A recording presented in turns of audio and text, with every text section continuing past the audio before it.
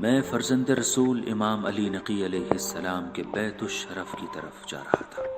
راستہ چلتے چلتے میں ان پریشانیوں اور مشکلات کے بارے میں سوچ رہا تھا کہ جن میں خود گرفتار تھا، اور یہ چاہتا تھا کہ امام کی خدمت میں پہنچ کر ان مشکلات کو بیان کروں۔ جب میں امام علی نقی علیہ السلام کی خدمت میں پہنچا تو اس سے پہلے کہ میں گفتگو کا آغاز کرتا، امام علیہ السلام نے فرمایا، کیا تم ان نعمتوں کا شکر ادا کر سکتے ہو جو خدا نے تمہیں عطا کی ہیں؟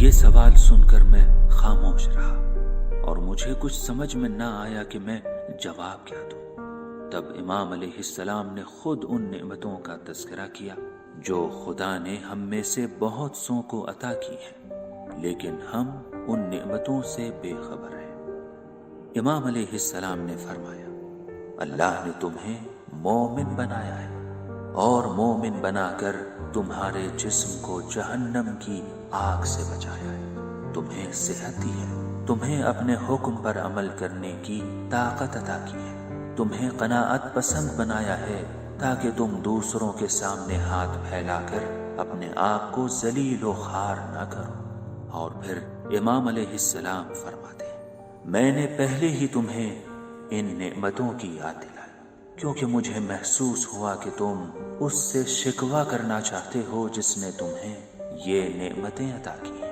اس کے بعد فرماتے ہیں کہ میں نے تمہیں 100 دینار دینے کے لیے کہہ دیا ہے، جاؤ اور جا کر انہیں لے لو۔